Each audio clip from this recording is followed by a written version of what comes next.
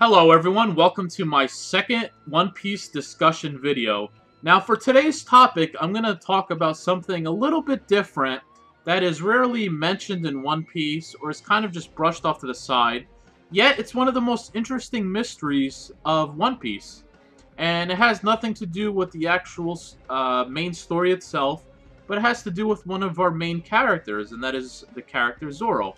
Now, if you remember, way back in the beginning of the series, when when Zoro first joined the crew, and they went into his whole backstory of him wanting to become the world's greatest swordsman, and him training as a young boy, there was a girl by the name of Kuina.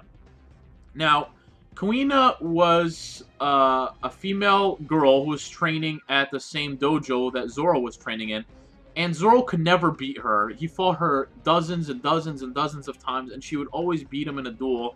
And he just became so frustrated in this backstory, and he was just like always going at her, angry. He wasn't very friendly with her until one day she opened up to him, and she pretty much said, "You shouldn't be complaining. You're a guy. You're going to be, you have a chance to become the world's greatest swordsman. As a woman, I have limitations." And I'm always shunned upon, and I never have a chance to become a true swordsman. So they became close. They continued to fight and everything until one day when Zoro found out from his trainer that Kuina took a nasty spill down the stairs and died. Now, my first reaction a long time ago when I heard this, because I still wasn't too familiar with the show, it was very early on, was okay, believable, whatever. Just a quick backstory, girl dies, but thinking about it a little bit later, this girl was a really good, not an amazing swordsman back then, but she was clearly better than Zoro, and she was very good at her art back then. So, I'm thinking about it today, and I'm like, it's a little hard to believe that Kuina was killed or died by tripping down the stairs and breaking her head open or whatever happened back then. They didn't really go into it. So, my theory, right off the bat, is it just doesn't make sense. And when something doesn't make sense, that means that there's some other explanation or there's something else going on. So, back then, Kuina supposedly died. Zoro was really upset, but he vowed to continue his journey to become the world's best swordsman, learned from the trainer, and eventually left and started off his journey to become the world's best swordsman. But Kuina was never forgot. He always appreciated everything she did for him, and seems like there was a connection there that was lost, and it was just kind of a tragic little past. Not as tragic as other characters that say Nami and Robin, but it was kind of a different story, and it was just a little sad. So, couple things here. Here's why I believe Kuina's still alive. Now, before I go into the whole Tashigi thing, let's go back to that backstory again. In the backstory, when Kuina was killed, and they had a little funeral for her, we never got a glimpse of Kuina dead. I can't really remember the difference between the anime and the manga, but I think in the manga or in the anime, I don't know if it was the anime or the manga, they showed her gravestone, and one of them they didn't. But the bottom line is, regardless of whatever version it was, in neither one of them did they ever show her face, or did they ever show... After they said she fell down the stairs and died, that was it. We never saw any glimpse of her again. In the funeral, we never saw a glimpse of her again.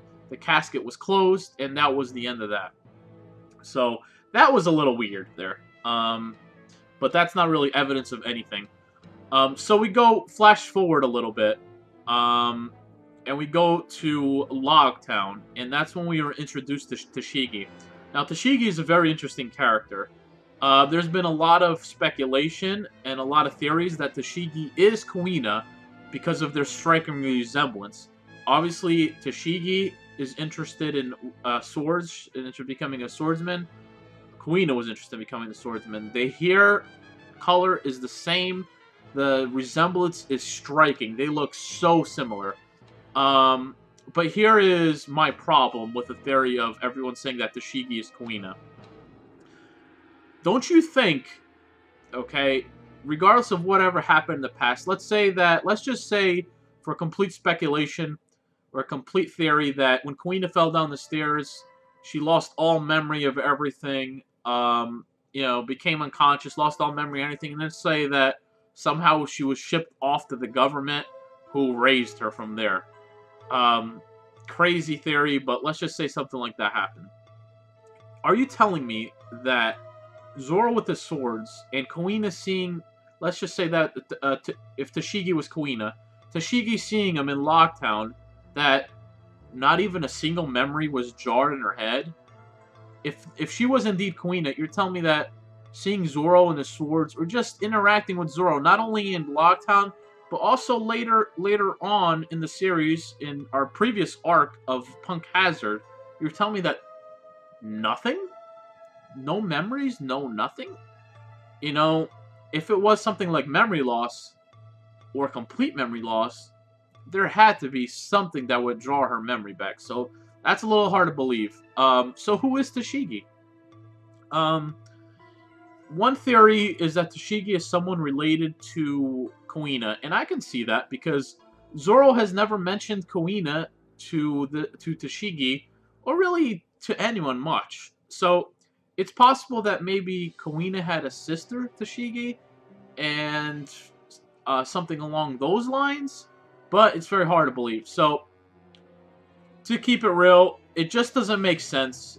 To break it all down, it doesn't make sense that someone like Kuina back in the day would have just died that easily by falling down the stairs and cracking your skull open, or whatever happened. So my theory is that eventually in the story, and I hope that Ichiro Oda doesn't just completely forget about this, or go, I hope he goes back to this eventually. My theory is this: they keep mentioning, this series keeps hinting at a place in the New World called the Wano Kuni. Now, the Wano Kuni is this isolated place, is an isolated island in the Grand Line, not the Grand Line, well, the New World of the Grand Line. An isolated island that doesn't interact with the rest of the world, where a bunch of samurais live, like the land of the samurais.